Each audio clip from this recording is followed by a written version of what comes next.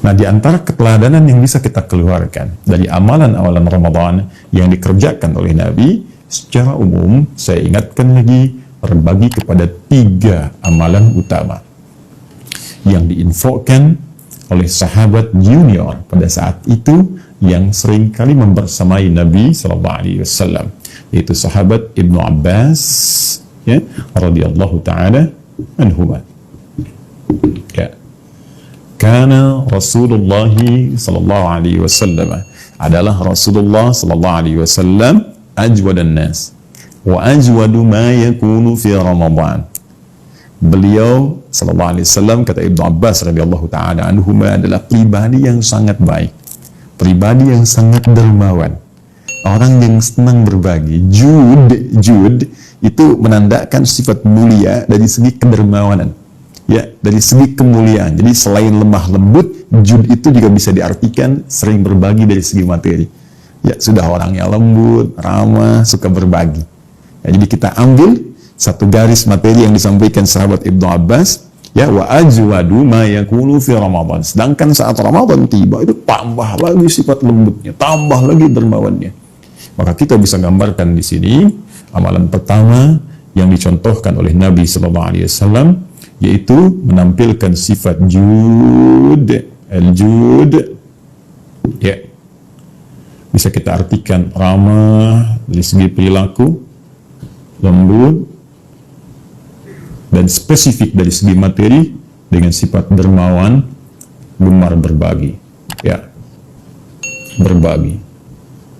Nah, jadi Nabi ingin contohkan begini, puasa itu seharusnya melatih kita menjadi pribadi yang lebih baik. Ya, karena itu orang-orang kalau sudah tiba puasa itu bisa dilihat siklus kriminalitas itu menurun. Ya, bahkan bisa dipastikan di negara-negara Muslim yang banyak orang Islamnya, atau bahkan negara Islam itu sejak dulu, ya, dari sejak Nabi SAW, sepeninggalnya dan seterusnya, tiba Ramadan sudah semua meningkatkan ketaatan kepada Allah Subhanahu Wa Taala. Ya, pencurian sangat minim, ya, dusta, apalagi kalau ada konteks korupsi lebih besar lagi, lebih dahsyat lagi, itu hilang, dan hilang.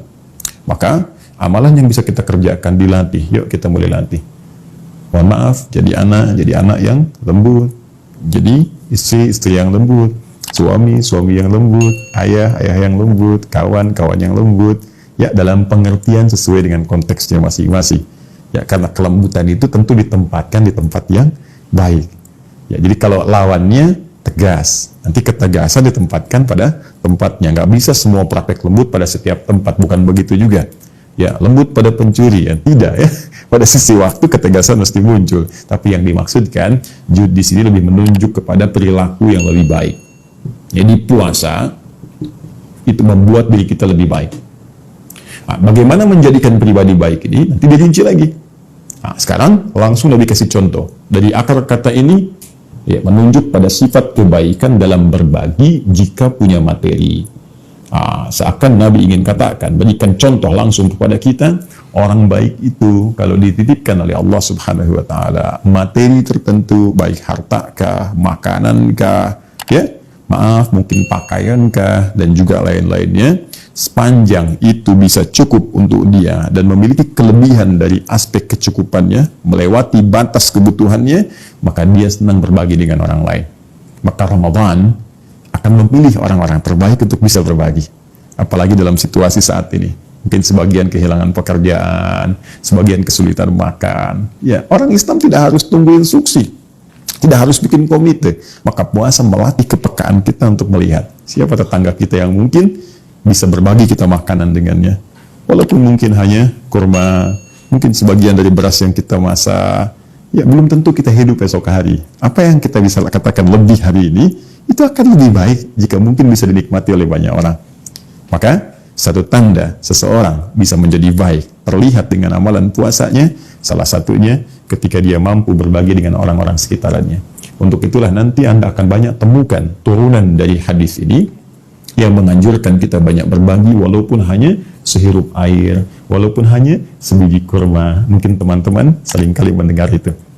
Ya, ini bagian yang pertama. Jadi ada amalan yang sifatnya materi, yang Masya Allah mungkin di waktu-waktu saat ini bisa kita maksimalkan. Oke, yang kedua, untuk melatih jadi baik ini, khususnya dari segi perilaku, maka ditunjukkan nanti dalam hadis-hadis yang lain bahwa Nabi meminta kita untuk meningkatkan kuantitas amal yang langsung berpengaruh kepada perilaku, khususnya sholat. Karena sholat itu diantara amalan yang spesifik, dampaknya, akibatnya, manfaatnya akan langsung berdampak positif pada perubahan perilaku kita. Itu ditemukan dalam Al-Quran surah ke-29 ayat ke-45. Ya. Allah sampaikan, "Utlu ma uhya ilaika minal kitab wa aqimis salah." Baca, pelajari setiap apa yang diwahyukan kepada Rasulullah SAW Muhammad, ya. Kemudian dari situ setelah pelajari, baca, pahami, tunaikan salat. Sungguh, salat yang ditunaikan dengan benar itu akan mendorong pelakunya menjadi baik, terbebas dari dua sumber keburukan, yaitu fahsya dan munkar. Baik, jadi saya sering banyak mengatakan kalau ada orang yang tidak baik, itu sumbernya cuma dua. Satu, fahsya, ya. Yang kedua adalah munkar. Fahsya, keburukan yang bersumber dari syahwat, pornografi, porno aksi, LGBT, zina, dan seterusnya. Munkar, keburukan yang bersumber dari nafsu perut dan akal yang ditolak oleh hati kita. Baik bohong itu munkar, senang berselisih itu munkar, korupsi itu munkar, ya, dan seterusnya. Jadi sebetulnya semua tindakan keburukan itu cuma dua. Kalau bukan fahsya, itu munkar. Dan puasa mencoba mengarahkan kita untuk meningkatkan satu amalan yang sinyal-sinyal amalan itu cahayanya bisa menghanguskan peluang-peluang fahsya dan munkar. Ini bisa dihanguskan. Hilang. Apa amalannya? Salat. Latih dengan salat. Sehingga terhubung diri kita dengan Allah Subhanahu wa Ta'ala. Ya, cara terbaiknya pernah saya sampaikan, keluarkan semua jenis salat yang mungkin kita bisa lakukan sesuai dengan petunjuk Nabi sebagai tambahan dari salat-salat fardu yang diwajibkan kepada kita oleh Allah Subhanahu wa Ta'ala. Ya, dalam setiap siang ini ada salat apa saja?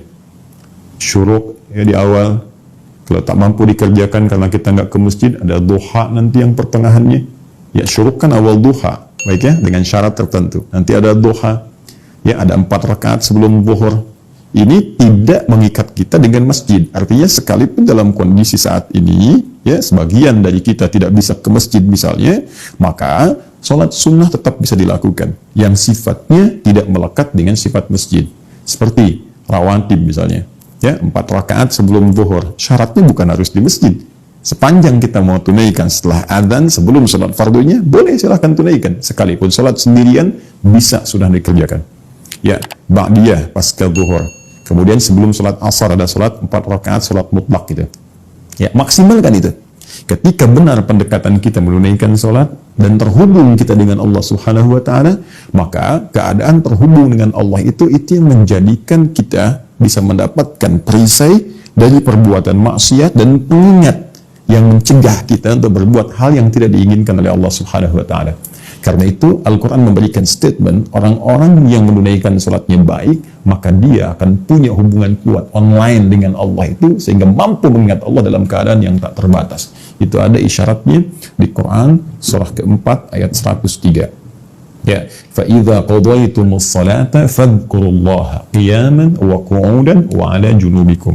Jika Anda selesai menunaikan sholat itu, maka segeralah ingat kepada Allah. Baik dalam keadaan berdiri, jalan, duduk, kan? Walaupun berbaring. Zikir itu ingat. Jadi kalau orang sedang berjalan, ingat Allah, mustahil berbuat maksiat. Karena saat akan berbuat maksiat itu dia ingat Rabbnya. Bagaimana kalau diwafatkan saat saya berbuat maksiat? Ya, maaf di jalan, menemukan sesuatu, sekedar untuk ngambil untuk pribadi saya, dia takut kalau Allah tahu. Apalagi mengambil hak orang lain. Ya, kalau begal saat mau begal, ingat Allah, mustahil akan dia kerjakan. Apalagi saat ada orang ingin berbuat maksiat dalam duduknya di kantor, menggandakan sesuatu, ingin manipulasi, dia ingat bagaimana kalau saya diwafatkan oleh Allah. Allah melihat saya sekarang. Dalam berbaringnya mau maksiat, dia ingat bagaimana kalau seketika saya wafat.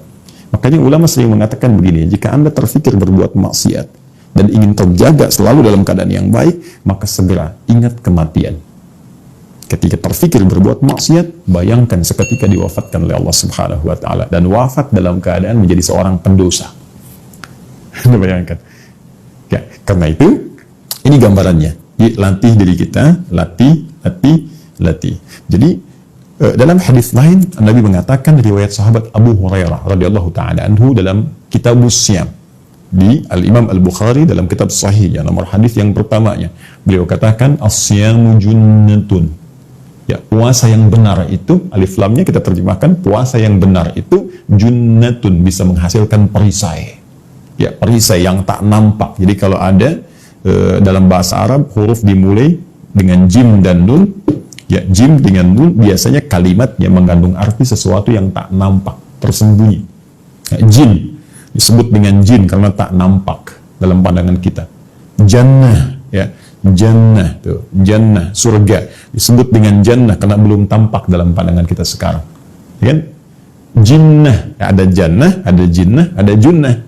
Beda tuh, ya, ada jin, ada jun, beda. Jin dan jun lain kan? Nah, ada jannah, ada jinnah. Jinnah jamak dari kata jin. Minal jinnati wan nas. Tak terlihat juga. Baik, junnah di sini puasa menghasilkan junnah. Jannah, jinnah, junnah. Junnah itu perisai. Ya, yang tak nampak dalam pandangan kita. Jadi perisai ini kan fungsinya mencegah sesuatu yang membahayakan. Orang di medan perang punya perisai. Ada baju zirah, ada tamengnya. Ya, ini perisai. Ya, jadi begitu musuh misalnya akan melakukan sesuatu ya yang membahayakan diri kita, perisai ini menghalangi kita. Nah, perisai yang membentengi kita dari perbuatan fahsya dan munkar, yang mencegah setan, yang bisa menembus relung hati kita yang paling dalam untuk mempengaruhi berbuat maksiat, itu namanya junnah.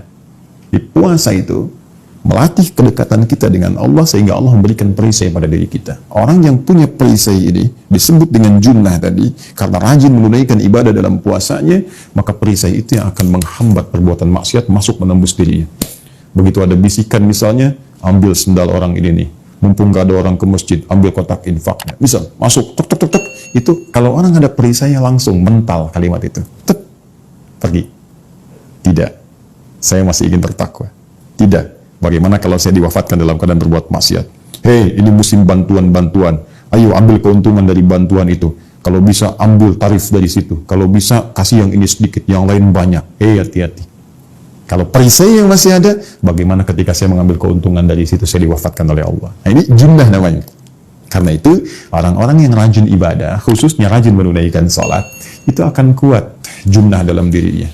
Akan kuat perisai pada dirinya. Karena itu, kemungkinan besar orang ini akan selalu berperilaku baik dalam kehidupannya karena semua bisikan-bisikan fahsya dan munkar tidak akan tembus pada dirinya, dihambat oleh perisai yang ia bisa dapatkan dalam konteks menunaikan ibadah saat ia puasa itu.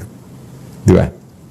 Dan yang ketiga, ya, Ibnu Abbas radhiyallahu taala anhu mengatakan, "Hina yalqahu Jibril alaihi salam fi kulli lailatin min Ramadan." Memang ini spesifik nanti di malam harinya.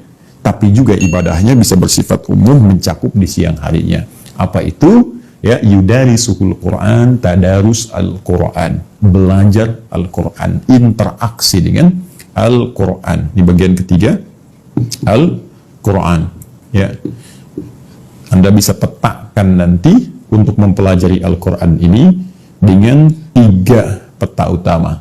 Ya, ada yang disebut dengan qiraah, ada yang disebut dengan tilawah, ya, ada yang disebut dengan terakhir tahfidz.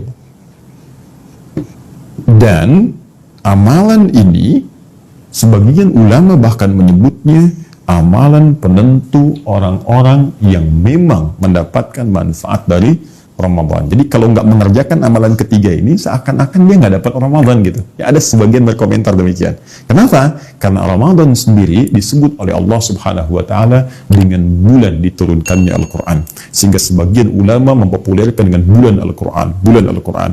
Itu statementnya ada dalam pernyataan di firman Allah, Quran surah kedua Al-Baqarah ayat 185. Syahrul Ramadan alladzi unzila fihi al-Quran. Di bulan Ramadan itulah kemudian diturunkannya Al-Quran. Ramadan bulan Al-Quran. Saking pentingnya Al-Quran, Nabi SAW tidak pernah kehilangan satu harinya kecuali beliau berinteraksi dengan Al-Quran. 30 harinya, 1 bulannya, selesai 30 juznya.